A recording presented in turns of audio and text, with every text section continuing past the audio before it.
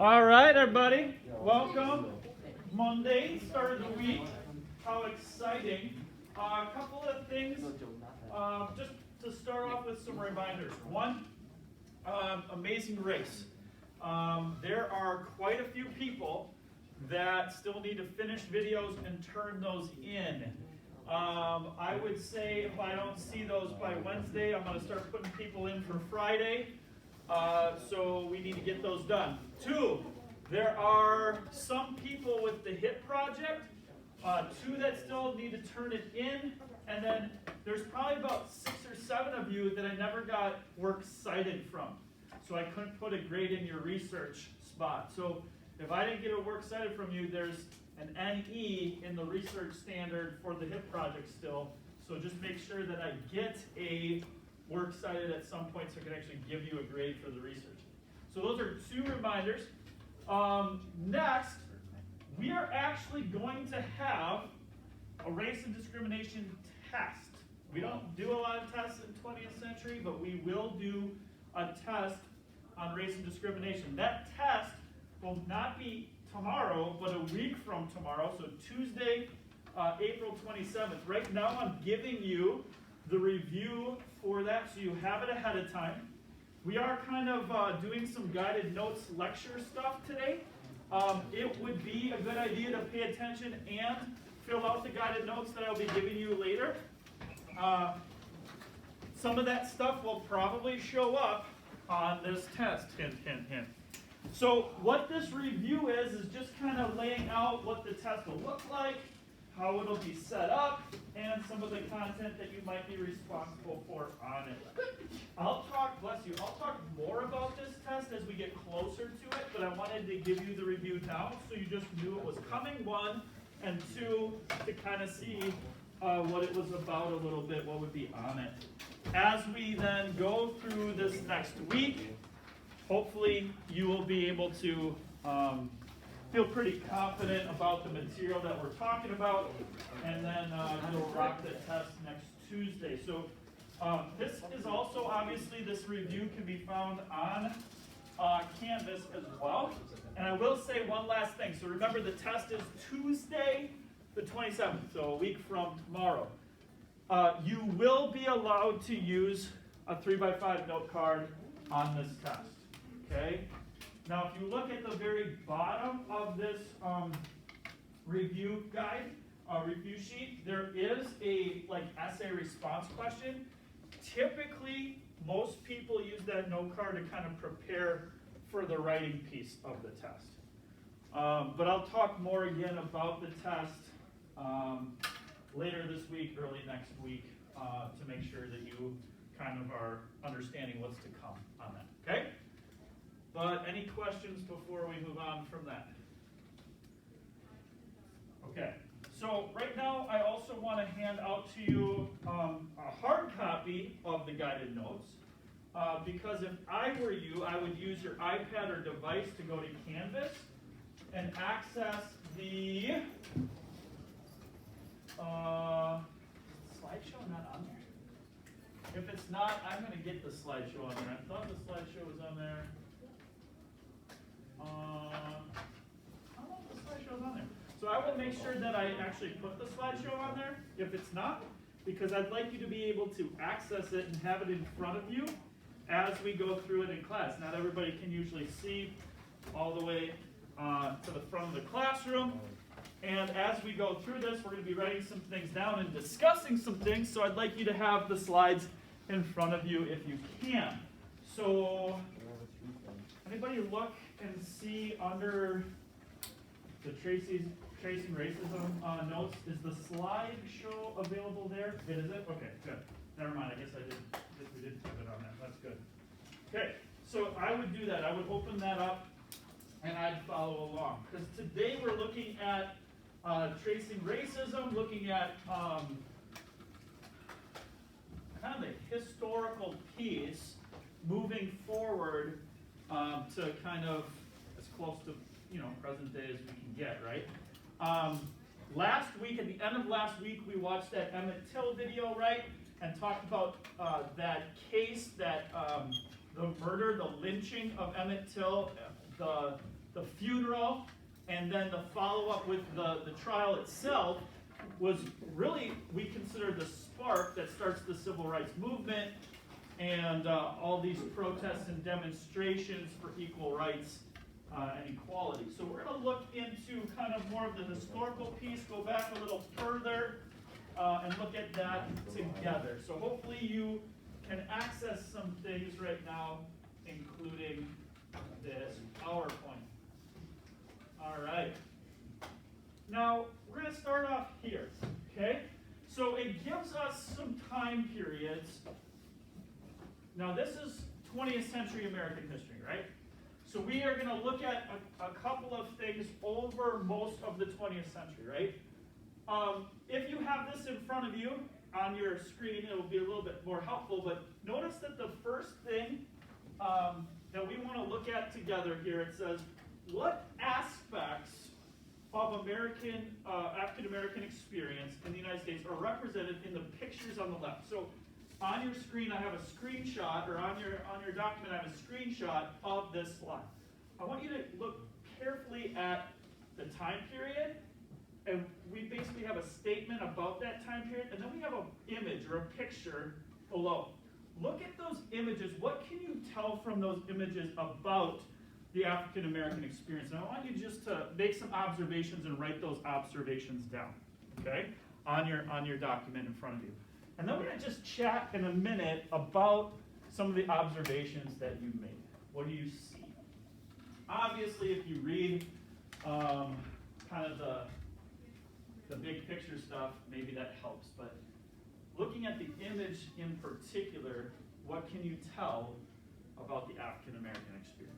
And write some ideas down. Again, you can look up at the big screen. If you have it in front of you, that might be helpful to see it a bit more clearly.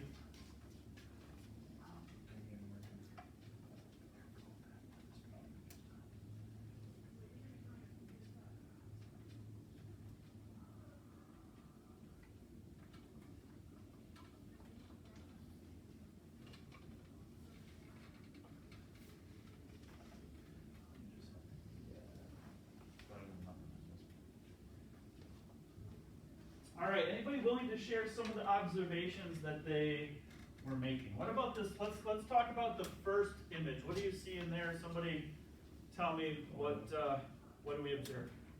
First image. What's going on there? Looks like slavery, maybe? Why would you say slavery?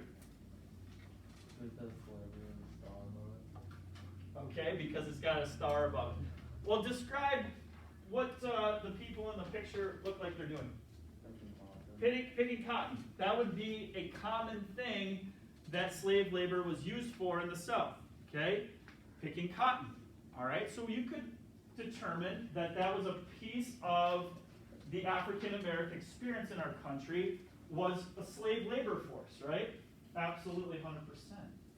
And after slavery was abolished, there was something called sharecropping, which was legalized slavery, essentially. Anybody know what sharecropping is? Basically, and I don't know if you caught this, but Mose Wright, Emmett Till's uncle that he stayed with, was a sharecropper in Mississippi. A sharecropper is this. So once slavery was abolished, plantation owners still needed people to do the job of a slave. But here's how they spun it. Guess what? You can rent a piece of my property to be a farmer. Here's the thing. You owe me this much of your crops or this much of money so that you can keep this plot of land that I'm allowing you to use. The problem is they made that rent or that amount of crops so great that basically that person, whoever owned that or whoever was working that plot of land, could never make enough money to basically have it as their own, to like own it. They always owed the landowner. Okay, so it was this legalized form almost of slavery. You have these people working this land, giving you crops or owing you money, giving you money so that they can stay there, but they can never break free from that. Does that make sense? Okay, so that's what sharecropping was. What about this image, this next image for the African American experience? What do we see? What are the observation that we make? What's the observation we can make there? Segregation, how do we know? From the image, how do we understand that that's representing segregation? What's that? Okay, so how do we know that that's segregation then? Explain that further. Okay, there's a separation of races, which is what segregation was. And that was legalized segregation, by the way, in our southern states for about 70 years, right? Like legalized segregation, meaning if you did not follow that way of lifestyle, that culture, it was law, so you could be fined, arrested, if you did not abide by what was called Jim Crow laws, which are these segregation laws in southern states. If you did not drink out of the right water fountain, use the right bathroom, go to the right school, go to the right barber, marry the right person. I mean, you think that's ridiculous? It is, but that was law in our country for a long time in our southern states. All right, what about the next image? What do we see there? What can we deduce? What can we observe? What do you think, Nick? Oh, it's Martin Luther King. It is Martin Luther King Jr. There's a speech. It would be a spot where he gave a speech. Probably the most famous speech he ever gave, which is what? Anybody know? I have a dream. Where is this taking place? In Washington, D.C. You can actually see the Washington Monument in the background. He's actually at the Lincoln Memorial. And the whole plaza, the Washington Mall in front of him. Hundreds of thousands of people show up, white and black. This is during the time period of major civil rights in our country and the movement and the push for equality. All right? Petitioning our government. All right, what do we see in the next image? What can we observe? Anybody understand the fist in the air?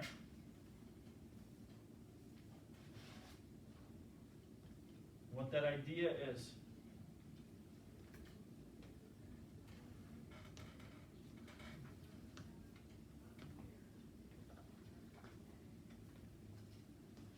It's the idea of black power. Now, obviously, it's in the bold at the top there, but it's a symbol of black power. It's this idea that black citizens will not be denied. And there was a time period where Martin Luther King Jr. was the primary spokesperson for civil rights. Well, he gets assassinated. All right, he gets killed. And the movement takes a more in-your-face approach because, hey, if we as black citizens tried this process and it still seems to be lacking a good government response, well, maybe we need to go into some different avenues to try to secure rights and liberties, okay? The last period, what do we see in our image here? Obama.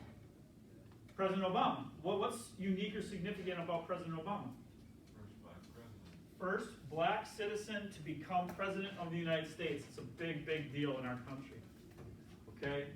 Now, does that mean, oh, hey, black citizens have completely arrived and are treated perfectly fine in this country and life is dandy? Not necessarily, but it is a big step in the right direction for our country to elect a black president with the history we've had here in the United States of America. Okay? All right, let's continue on. All right? So we're going to look at early on, this is called racially inferior. We need to understand a couple of terms. Okay?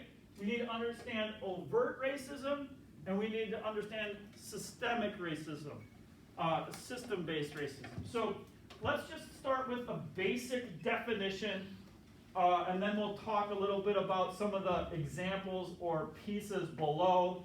and then we'll keep going. But overt or historic racism, we're talking about something that's explicit, intentional, obvious, things like harmful attitudes or behaviors towards a minority group or individual just based off of that they're different, right? The color of their skin might not look like the same color of the group that has the power, right? Has the governmental power in our country, okay? That's overt racism. We're talking about the fact that Emmett Till, a 14-year-old black boy from Chicago, would literally be murdered. There's witnesses, there's overwhelming evidence against them, and in our country, they're found not guilty. They can make money on telling the story about murdering Emmett Till and get away with it scot-free, right? That's called overt racism. We have a term called redlining, where in the Great Depression, Franklin D. Roosevelt, who's the president, signs into law some housing bills. But here's the problem with those housing bills. They basically restricted our black citizens from having the same benefits as our white citizens in establishing loans and living in certain places in our country. And that, over time, has gone into the systemic racism, where that has become kind of part of the institution of our country, unfortunately. We have overt racism showing up in our GI Bill after World War II. Our veterans come home and they're given benefits like money for college, loans to go to housing, all these different things, except for our black veterans. They were not given those things. Do we have black citizens fight in World War II in our military? 100%. In fact, was Emmett Till's father a part of that? He also lost his life fighting for our country. His family did not get any benefits for him being in the military. But guess what? White soldiers did. That's overt racism. That's a problem. Okay? Systemic racism, let's define it. Okay, so also known as institutional racism, it's embedded as a normal piece of society, part of our culture. Okay? It can lead to issues of discrimination in our criminal justice system, employment, housing, healthcare, etc., education. So here are some examples to help us maybe understand this institutional racism or systemic racism. Have you ever heard of the school-to-prison pipeline? Anybody ever heard of that idea or that term? Here's the idea behind it. So I'll use an example that my good friend and colleague, Mr. Sale, used. Okay? So Mr. Sale started his teaching career in Racine, Wisconsin. And he taught at Racine, Racine Park, Racine Case. Regardless, he saw it show up there. Here's what would happen. Okay?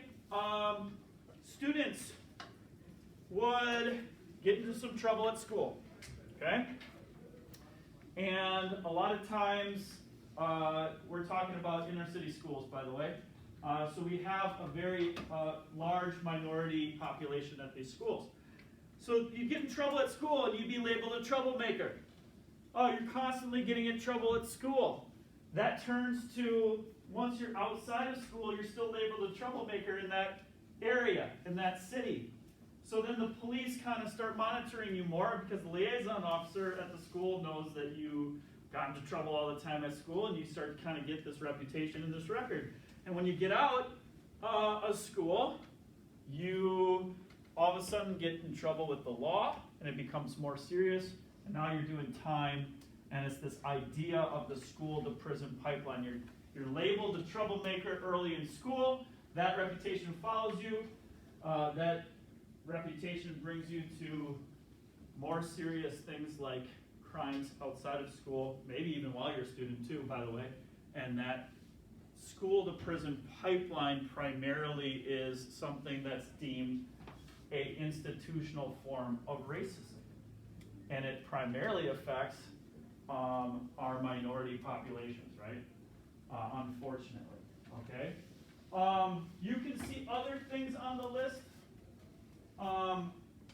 Does anyone know that Milwaukee, Wisconsin is deemed the most segregated city in America? Anybody know this? Okay, in our own state, Milwaukee, Wisconsin, it's deemed the most segregated city in America. Some of that might be shocking to you, but part of that is when we have things like a bill during the Great Depression that gives more money in loans to white people, but not to anybody else. Then we start to see something that happens with the GI Bill, which is more of the overt piece, right? White veterans get housing loans. In the 50s then, or late in the 40s into the 50s, we have these big suburbs being built on the outside of big cities, right? Who gets the money to afford moving to those suburbs and the nice houses in the suburbs? White veterans and people that could get the loans, which is white people. So then who moves to the suburbs? The white people. Who gets stuck then in the city? Minorities do, right? What do we see in the inner cities today in a lot of places? Well, low socioeconomic housing, rundown areas. Does that affect the schools then? So the schools are not as good, they don't get as much funding, they're run down, the education maybe not as good. Do you see the cycle here in our country? So things that start with overt racism then become systemic and institutional, and it continues on, and it's hard to, what do you do? How do you stop that? How do you reverse that? How do you see where we're going here? Do you understand? I hope you do. Okay, the idea here. Okay, so there's some examples for you of the two types. Okay? All right, let's get into more current stuff, 1800s. Okay, so here's what I want to ask, and I want you to turn and talk to someone either behind you, in front of you, to the side of you. I'm going to give you about a minute and a half to talk about this. Here's the question. How did the institution of slavery shape white citizens' view of black citizens? Go ahead, have a conversation. Minute and a half. Turn to somebody, talk.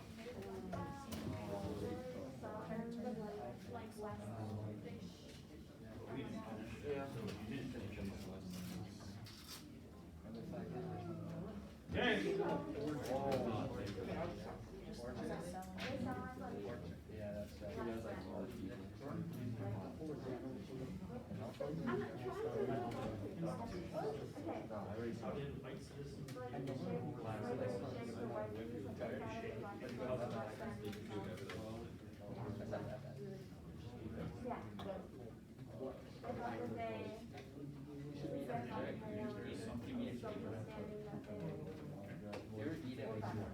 All right.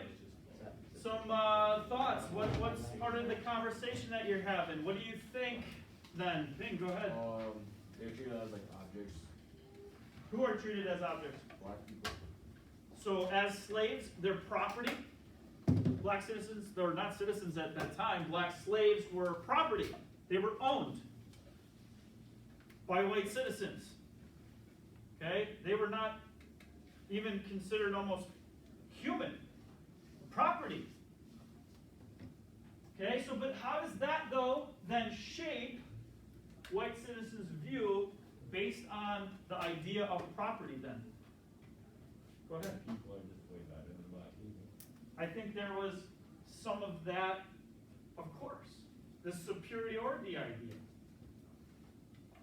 As white people, we can't work a projector. No, the idea that, what just happened? I don't know what happened, I'm sorry. But no, the idea that as the white people who were in control at that time, we're better. We have the power. We have put these black people as slaves. That's what they're good for. as a labor force. And we're going to be able to justify that to ourselves, that this is okay, and they can't do anything about it.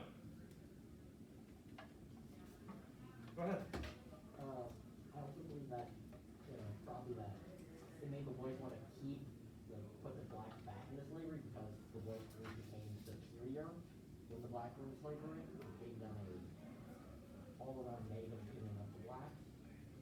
Okay.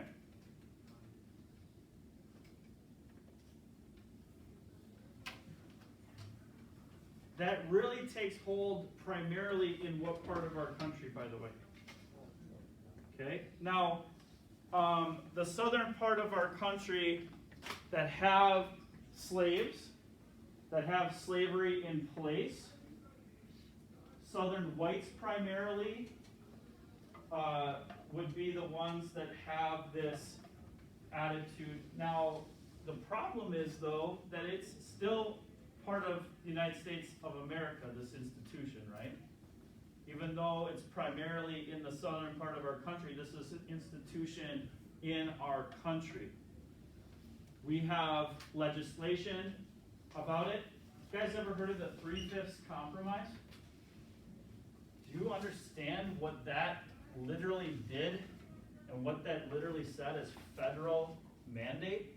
When we're going to count populations in the South, how does that work for counting slaves? And our nation came up with this idea of, each slave would be 3/5 of a person. Each individual slave would count as 3/5. Do you understand what our nation then deemed for a black slave? They're not even a full person. Or in that case, a full white person is what they were really saying, right? Think about that. Our nation put that into place that said 3/5 of a person, 3/5, one slave. Demeaning towards a group of people, right? And that's the history and background that we're dealing with in this country. Okay? All right. Now, I'm not sure what just happened with my computer. It looks like it's restarting here, which is super fun because we're doing a PowerPoint. So, yep, it is definitely restarting. All right, so when that comes to online, we'll look at that. Number 5. Number 4. American slavery became unique in the world because of the way it used blank as justification for enslavement. Any ideas on what that would be? Yes. Race would be it. Do you know that there was a lot of slavery prior to the United States adopting that as a labor force in the world? Right? I mean, slavery has been a part of our world, okay, since almost the beginning of time, right? Okay? Unfortunately, that's always been something that has happened. But the United States institution of slavery primarily focused on race as a piece of slavery, okay? 5, I shared this one with you already. What was the economic system of farming then? And I told you that Emmett Till's uncle was a part of that system. Used to tie black families to pieces of land and to lives of poverty. What was that system called? We remember. Sharecropping. Yeah, that was this institution after slavery was abolished that Southern whites said, okay, here's how we can maintain and keep power and keep our black former slaves in those lower positions and still control the way things always were in our southern states. Okay. Here's a question for you. There are 2 types of segregation. Remember, segregation is this term that means separation of races. And we see separation of races become law in a case called Plessy versus Ferguson in 1896. That's a long time ago, people. 1896, the Supreme Court rules in our country that as long as you have equal facilities, equal things, you can have separate facilities for races. So as long as you have a white water fountain and a black water fountain kicking out water, that's okay. As long as you have barber shops for black people and barber shops for white people, that's okay. As long as you have schools for white people and black people, that's okay. So our Supreme Court in 1896 ruled that to be okay. So in 1896, southern states started adopting segregation laws and separating the races as long as they, again, had quote-unquote equal facilities. Here's the problem, or there's a couple problems. Here's one of the problems. Were the facilities always equal? Do you think that black schools got the same funding as white schools? Do you think that, let's say, bathrooms were taken care of, cleaned the same way for black bathrooms and white bathrooms? Okay, so that's one issue. But is separation of people inherently unequal? Let me say that again. Just by the mere fact that you are separating races, is that ever going to be equal? No. And by the way, in 1954, we have another Supreme Court case called Brown versus Board of Education. And in Brown versus Board of Education, the Supreme Court ruled that just separating races is inherently unequal. And basically what that does then is it reverses Plessy-Ferguson, meaning we can't segregate anymore. It's illegal to segregate. It's illegal to separate races. Here's part of the secondary problem. At the federal level, then our country says you can't segregate, right? It's illegal to segregate. Our country says that. But do states sometimes have their own laws and try to run things their own way? So guess what happens? You know what happens. What happens? What happens in Mississippi, in Alabama, in Louisiana, in Georgia? What happens? What do? They keep doing it anyway. They keep having separate black and white schools. They keep their state laws alive. It's not until we have a couple showdowns in some of these states. Anybody ever heard of the Little Rock Nine? We have 9 black high school kids that enroll in Central High School in Little Rock, Arkansas, which was, at that time, just a white school. But they're going to challenge the federal law. Hey, we should be able to go to Central High School. The law says there's no more segregation, therefore I can enroll at Central High School. The problem is, they show up, police turn them away. Nope, can't come in. Well, nope, can't go in. Show up the next day. Denied. Then, governor of the state of Arkansas sends in the National Guard and says, yeah, you can prevent these kids from getting in. They actually get in one day, and without some knowledge, mob forms. They're gonna lynch them. Let's get one of these kids out. We're gonna lynch them. We're gonna hang them right here. We're gonna kill them. That'll teach them. They won't show up anymore. Actually, police save their lives. They get them out of there. So, former General Eisenhower, President of the United States, Eisenhower says, wait a second. Federal law says that these kids can go to Central High School. This is not okay that the state of Arkansas is doing this. And he meets with the governor of the state, a guy named Orwell Faubus. He meets with them and says, you can't do this. And the governor basically says, well, I am doing it. So there's a problem here. So guess what President Eisenhower does? He sends in the 101st Airborne. He sends in the military, the actual military. Thanks. Sends in the military. And here's what they do. They escort these 9 students every day to school. This is crazy. They're literally riding to school with Humvee escorts and like machine gun escorts every day to school. This is crazy too. In an American school then, in the United States of America, we have soldiers escorting students to and from classes every day as well. There was death threats made on these kids. By the end of that year, one had been kicked out of school. One of the black girls that was at the school had been kicked out because these boys every day in lunch line were calling her the N-word every day. They were pushing her. They were doing things to her. One day she had enough and she dumped a plate of hot chili on one of their heads. So what did the school look for? Any way they could get the kid out, so they expelled her for that. You think anything happened to the white kids that did that to her? Nothing happened to them. Kids at the school, by the way, printed off cards, 1 down, 8 to go. It was not pretty at Central High School. Here's how bad it was in Arkansas then.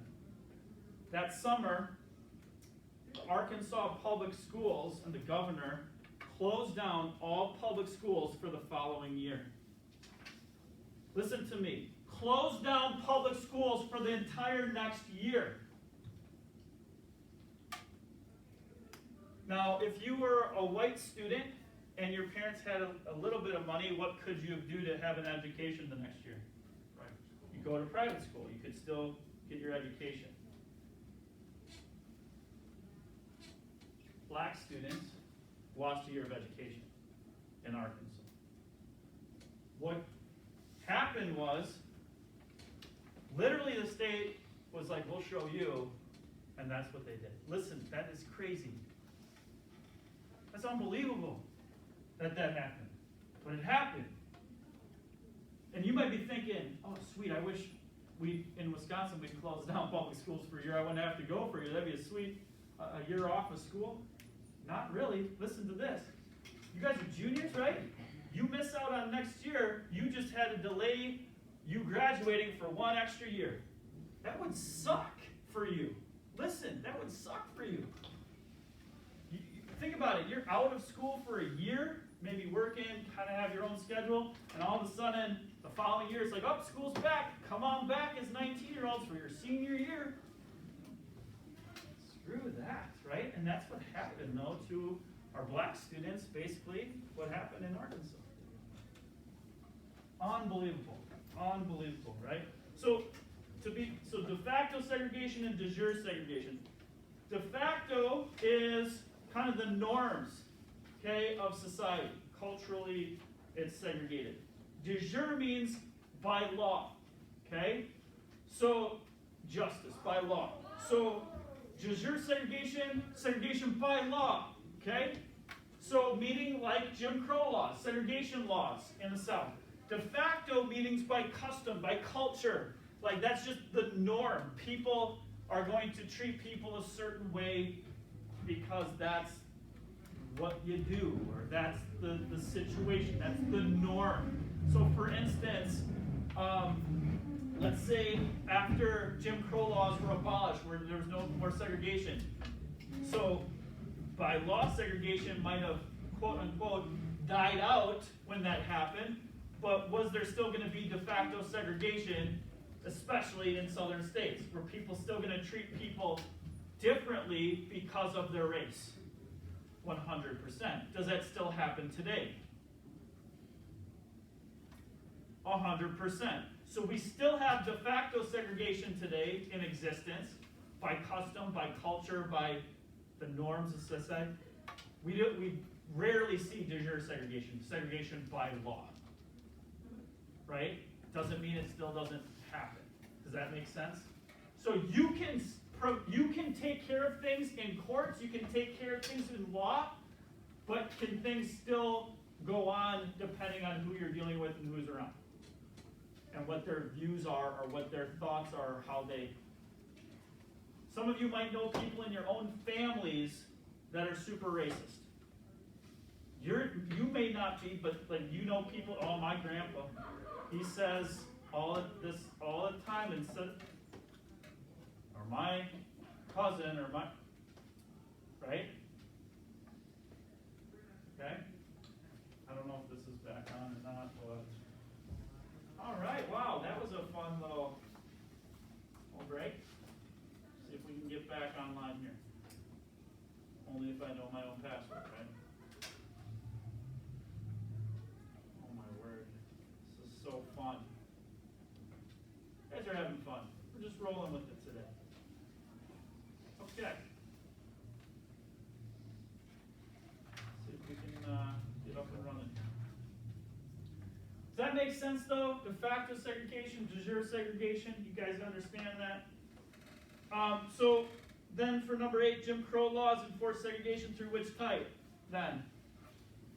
Would that be de jure, de facto segregation? De jure, by law. Okay? I don't know, we're working here. Illegal mob execution. So let's say, we'll do this. What happened to Emmett Till? Lynching, right? When people take the law in their own hands. Okay? And that's lynching. Illegal mob execution is lynching. Unfortunately, a lot of lynchings in our history. Yeah, go ahead. How does the law deal with lynching? They didn't. Many times. Because usually they turn a blind eye to it. Does that make sense? They knew it happened, but they weren't going to do anything about it. They weren't going to prosecute the people that, because usually the law was white. Sometimes the law was involved in those things, unfortunately. Okay, so most of the time, nothing happened. Okay, nothing happened. In fact, here's the sad part about lynching. Sometimes it was such a huge public spectacle. Like, in the case of Emmett Till, it was done kind of in secret, in some sense, right? They took him to a shed, they beat him up, they tried to hide what they did to Emmett Till. It wasn't a big public display, right, for the community to see. But disgustingly, lynching for a long time was a public event. They would take usually the black male, typically, and they would let the kids out of school.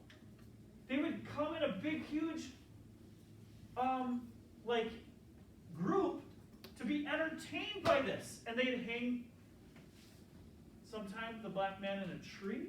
I mean, and disgusting things sometimes done to him. They might beat him first. Sometimes they cut off his scrotum.